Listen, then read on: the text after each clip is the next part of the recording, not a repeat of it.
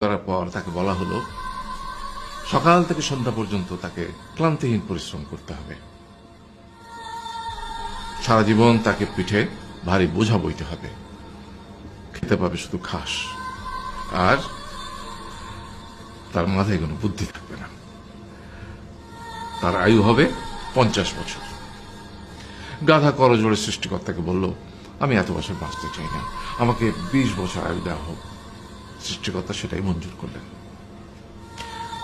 কুকুরকে যখন সৃষ্টি করা হলো তখন তাকে বলা হলো যে সে হবে মানুষের সবচেয়ে বড় বন্ধু, কিন্তু সে খাবে মানুষের উচ্ছিষ্ট, এবং তার আয়ু হবে 30 বছর।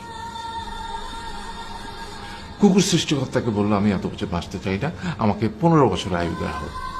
সেটাই মঞ্জুর করা হলো।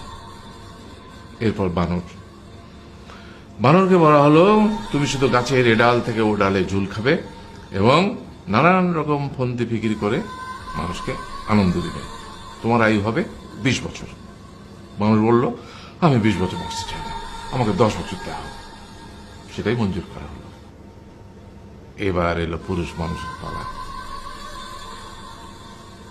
তাকে বলা হলো যে তুমি হলে প্রাণীকুলের মধ্যে সবচেয়ে বিচক্ষণ